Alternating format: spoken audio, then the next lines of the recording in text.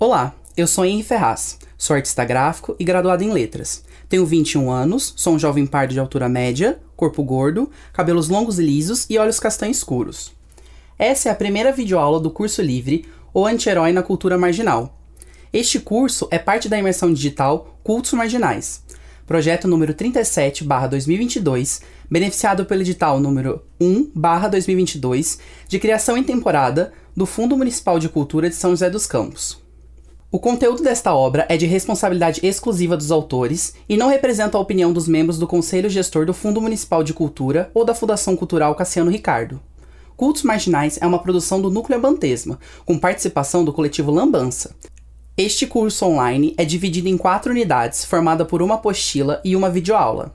Essa é a primeira aula, que abrange a primeira apostila. Unidade 1. O que é cultura marginal? Este conteúdo acompanha um material audiovisual com acessibilidade via audiodescrição e libras. Introdução.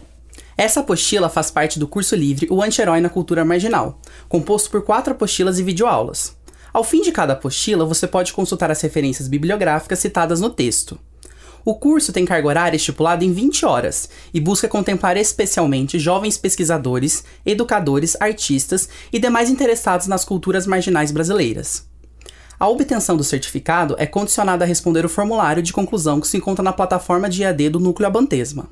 Este projeto nasceu buscando lançar um olhar crítico aos pânicos coletivos difundidos no imaginário ocidental, ressaltando como estes sistematicamente violentam minorias sociais e comunidades historicamente oprimidas. Para isso, são utilizadas diversas linguagens artísticas e exercícios transmediáticos que apresentam diversas rimas poéticas com a cultura marginal brasileira. Página 3. As décadas de 1960 e 1970. Muitas pessoas podem associar a cultura marginal das décadas de 60 e 70 apenas à chamada poesia marginal, protagonizada pelos artistas da geração mimeógrafo, mas diversos autores consideram que este movimento cultural foi muito mais abrangente. Em seu livro, Eu, Brasileiro, Confesso Minha Culpa e Meu Pecado, Cultura Marginal do Brasil das décadas de 60 e 70, publicado em 2010, o pesquisador Frederico Coelho busca sintetizar a cultura marginal como movimento cultural brasileiro responsável pela transformação e renovação de diversas linguagens artísticas, sobretudo a literatura, as artes visuais, o cinema e a música. O autor reitera que este movimento, fomentado por cineastas, artistas plásticos, compositores, músicos, jornalistas e escritores, foi responsável por construir um espaço em que regras, cânones ou respeito às tradições nacionais fossem abolidos em prol de uma maior liberdade de ação e de opinião. Página 4. Já Rogério de Souza Silva, em sua dissertação de mestrado, define a poesia marginal brasileira como um movimento tipicamente carioca, formado por 2 gerações distintas de agitadores culturais afetados de formas distintas pelo regime militar. Uma primeira geração, que corresponderia a um grupo de intelectuais que participou dos debates culturais e políticos da segunda metade dos anos 60, e outra, uma segunda geração, um grupo que começou a tomar contato com a produção cultural já no início dos anos 70, no auge da repressão. Jaime Gilsberg, autor da coletânea Escrituras da Violência, é um dos autores que discorre sobre as diversas formas pelas quais o regime civil-militar brasileiro representou um problema fundamental para a crítica literária do país. O autor diz ainda que em um país em que as heranças conservadoras são monumentais, o papel de escritores, cineastas, músicos, artistas plásticos, atores e dançarinos pode corresponder a uma necessidade histórica. Página 5. Robert Schwartz, um dos principais continuadores do trabalho de Antônio Cândido, nos lembra que, embora o golpe de 64 não tenha aniquilado a presença da esquerda no campo cultural, é notável que sua hegemonia seria profundamente abalada, em especial após o ato institucional número 5. O AI-5, assim chamado, intensificou a repressão política, instalando uma poderosa censura e dificultando a divulgação de várias manifestações artísticas. Nesse contexto, diversos artistas foram obrigados a substituir os meios tradicionais de circulação de obras para os meios alternativos de divulgação. Este novo modelo de circulação influenciou diretamente a produção cultural da época, e a alcunha de geração mimeógrafo remete a essa característica, pois diversas obras eram produzidas em pequenas tiragens por meio de cópias produzidas de folhetos mimeografados. Assim sendo, podemos dizer que para além da literatura, existiram um cinema marginal e uma imprensa marginal, que configuraram como os únicos espaços onde um tipo específico de produção e reflexão poderiam ser feitas. Ainda acerca das décadas de 60 e 70, é importante frisar que, em resposta à repressão militar, diversos setores começaram a construir circuitos alternativos que alternavam entre temas poéticos e românticos, sobre liberdade e a crítica política antissistêmica. Além dos poetas marginais e seus livretos mimeografados, vale citar: no teatro, prosperou um teatro de grupo em oposição ao teatro de companhia e ao teatro empresarial. Podemos citar aqui, por exemplo, grupos notórios como Asdrubal trouxe o trombone e Vento Forte. No cinema, podemos citar a Bel Air, uma produtora carioca criada por Júlio Bressani, Rogério Sgarzella e Helena Ignez, responsáveis por filmes como Copacabana Mon Amour e Barão Olavo o Horrível. Ainda no cinema, é importantíssimo falar do Boca de Lixo, uma região não oficial do centro da cidade de São Paulo, localizada no bairro da Luz, e que ganhou notoriedade por abrigar um polo cinematográfico desde as décadas de 1920 e 1930, quando empresas como a Paramount, a Fox e a MGM se instalaram na região. Página 7. Entre o fim dos anos 60 e o começo dos anos 80, a Boca de Lixo tornou-se um reduto do cinema independente brasileiro com produções alternativas desvinculadas dos incentivos governamentais. Durante esses anos, também era comum ver homens guiando carroças carregadas de latas de filme pela via pública, sendo este um grande marco para o cinema brasileiro. Na música popular, os mambembes, as bandas de garagem e os estúdios caseiros serviam como escola e refúgio de uma nova geração de artistas. Também é nesse contexto que Frederico Coelho nos apresenta recortes importantes, ao fazer uma distinção entre o tropicalismo musical e o Tropicália. Ele define o tropicalismo musical como um movimento relativamente homogêneo, que inclui os já consagrados nomes de Caetano Veloso, Gilberto Gil, Nara Leão e entre outros. Já a Tropicália seria um grupo mais heterogêneo, contando com personagens como Hélio Oiticica, Júlio Bressani, Glauber Rocha e muitos outros. Na página 8, nós temos uma série de imagens, são 8 imagens, no caso, que são capas de livros bastante importantes para a época. Caridades da Cultura Marginal Brasileira, Cris Ambrósio para BBM. Livros como Jardins da Provocação, de Cláudio Wheeler, e livro escrito em 1981, Me Segura Que Eu Vou Dar um Troço, de Wally Sailormoon, de 1972, Mar de Mineiro de Cacaso, de 1982, 26 Poetas Hoje, de Heloísa Buarque de Holanda, de 1975, Passatempo, de Francisco Alves, de 1974, Literatura no Documento, de Ana Cristina César, de 1980, Jornal do Brabil, de Glauco Matoso, de 1981, e Os Últimos Dias de Paupera, de Torquato Neto, escrito em 1972. Página 9. Marginal, termo em disputa. É fácil entender o contexto em que a palavra marginal é usada na poesia marginal e em diversos outros movimentos culturais das décadas de 60 e 70. Esses movimentos existiam às margens do regime militar e da indústria cultural. Dito isso, é inegável a existência de uma tensão no fato que esses marginais, principalmente os do eixo Rio-São Paulo, eram em sua maioria pessoas brancas oriundas da classe média e da pequena burguesia. Em sua dissertação de mestrado, o pesquisador Rogério de Souza Silva faz 4 apontamentos ao traçar as diferenças entre a poesia marginal das décadas de 60 e 70 e a chamada literatura marginal dos anos 2000. Primeiro, o contexto político. Nós não vivemos mais em uma ditadura. Segundo, a indústria cultural, que se consolidou como grande produtora da cultura de massa, deixando pouco espaço para produções alternativas circularem fora de seus guetos. Página 10. Terceiro, os autores da literatura marginal não são membros da classe média, mas favelados, presidiários, entre outros. E por último, quarto tópico, ambos os movimentos utilizavam a linguagem coloquial, mas na poesia marginal nós encontramos uma maior preocupação com a estética, enquanto na literatura marginal a mensagem é o destaque. Frederico Coelho faz diversas provocações em sua obra ao discorrer sobre essas concepções de lugares distintos do ser marginal ao longo das décadas da cultura marginal.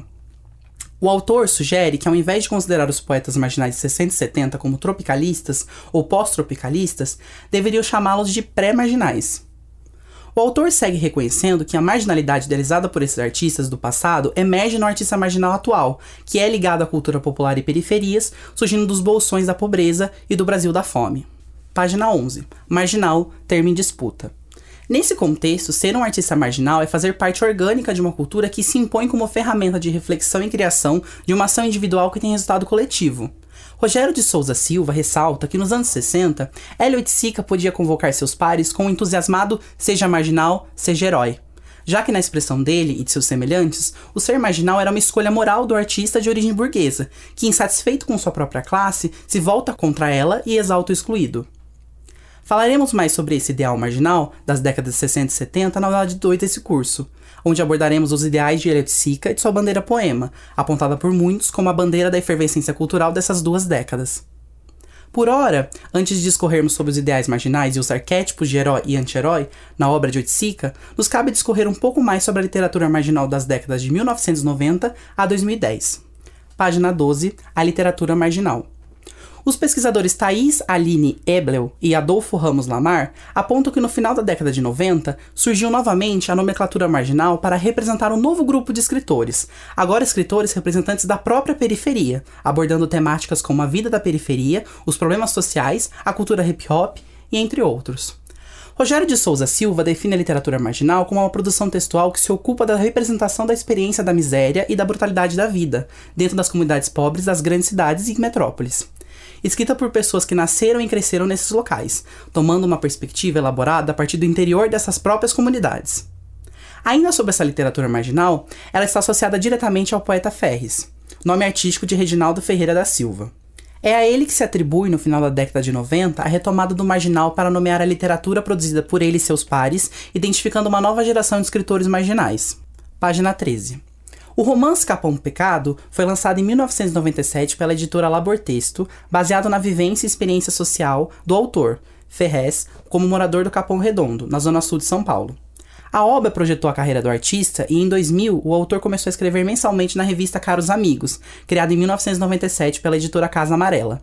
Essa revista, que possui abrangência nacional, constitui-se um marco importante para a divulgação da literatura marginal. Quando eu lancei o Capão Pecado, diz o autor, me perguntavam de qual movimento eu era, se eu era do modernismo, de vanguarda, e eu não era nada, só era do hip hop. Ainda ele diz, nessa época eu fui conhecendo reportagens sobre o João Antônio e o Plínio Marcos, e conheci o termo marginal. Eu pensei que era adequado ao que eu fazia porque eu era da literatura que fica à margem do rio, e sempre me chamaram de marginal. Os outros escritores, para mim, eram boizinhos, e eu passei a falar que era literatura marginal. Página 14. Ainda acerca da literatura marginal, outro romance digno de nota é Cidade de Deus, de 1997, obra de estreia do carioca Paulo Lins. O romance ganharia visibilidade internacional com o filme homônimo de 2000. Este filme, a contragosto de parte dos membros da Academia do Oscar, conquistou um feito histórico na premiação. Sobre as polêmicas envolvendo o filme Cidade de Deus no Oscar, Valdemar Delenogari Neto, primeiro sul-americano a entrar para o Critics' Choice Association, explica o caso em seu canal no YouTube. Segundo o crítico, o comitê da academia que seleciona filmes estrangeiros é um dos braços mais conservadores da instituição. Assim sendo, uma parcela dos críticos se sentiu enojado com o filme, que seria taxado por eles como feio e apelativo. O filme foi esnobado na premiação de 2003, ficando fora da categoria de melhor filme estrangeiro. Apesar disso, o longa fez grande sucesso no circuito internacional, conseguindo assim 4 indicações à premiação de 2004. Melhor direção, melhor roteiro adaptado, melhor montagem e melhor fotografia. Página 15. Obviamente, há antecedentes para o surgimento da literatura marginal das décadas de 1990 e 2000, bem como para os movimentos posteriores, dedicados a explorar as vivências marginais no cinema e no teatro por outras perspectivas. Rogério de Souza Silva toca nesse ponto ao trazer experiências de Carolina Maria de Jesus. Favelada, negra e mãe de 3 filhos, Carolina tornou-se mundialmente conhecida a partir da publicação de Quarto de Despejo, Diário de uma Favelada, em 1960. A obra trata do cotidiano da favelada e catadora de papel Carolina. Vários assuntos são abordados no diário, como a descrição das condições de moradia dos favelados, as filas para pegar água, a fome, as brigas e conflitos entre vizinhos, as dificuldades nas relações familiares, as discussões sobre políticas, as complexidades de se conseguir dinheiro e muitos outros assuntos densos. O nome do diário compõe uma metáfora usada por Carolina. A cidade é como uma casa de alvenaria com sala de visitas, cozinha e quartos, enquanto a favela é o quarto de despejo, onde se joga o entulho. Página 16. Na página 16 nós temos 3 imagens. Na primeira imagem nós temos a figura de Carolina Maria de Jesus autografando um livro. Ela olha para baixo e faz o exercício da escrita sobre um livro. Na segunda imagem nós temos um menino negro olhando para a câmera. A capa é a capa do livro, uma reedição pela Companhia das Letras, do livro Cidade de Deus, em 1997, em que o menino negro na imagem, ele olha para uma câmera. E na terceira imagem, nós temos um pôster que está emulando um grafite, em que uma figura de um menino negro está centralizado. Ele segura uma arma, tem asas de anjo, e ao fundo é possível ver a imagem do Cristo Redentor e da favela. Página 17. Nas próximas unidades. Na unidade 2, abordaremos a concepção do conceito de anti-herói na cultura marginal brasileira das décadas de 60 e 70. Para isso, abordaremos os ideais e realizações de Hélio Oiticica. Partindo das criações de Oiticica, retomaremos seu debate a respeito da violência urbana e da marginalidade de minorias sociais, tendo em vista principalmente suas análises de sua bandeira poema e sua história com o traficante Cara de Cavalo, alcunha para Manuel Moreira. A partir da contextualização dos conceitos de anti-herói na cultura marginal, nós pretendemos conversar sobre a aplicabilidade desse conceito em obras contemporâneas e nas diversas linguagens artísticas através das décadas. Paralelamente a essa análise, estabeleceremos reflexões sobre a diferença entre ter populações marginalizadas e historicamente oprimidas como objeto narrativo e como narradoras e criadores de suas próprias histórias. Página 18, referências. Primeiro, nós temos a referência de Cultura e Violência, Autores, Polêmicas e Contribuições da Literatura Marginal, uma dissertação de mestrado publicada em 2006, de Rogério de Souza da Silva, com orientação de Milton Laueta. Literatura Marginal, Os Escritores de Periferia Entram em Cena, uma dissertação de mestrado publicada em 2006 por Érica Peçanha do Nascimento, com orientação de Júlio Assis Simões.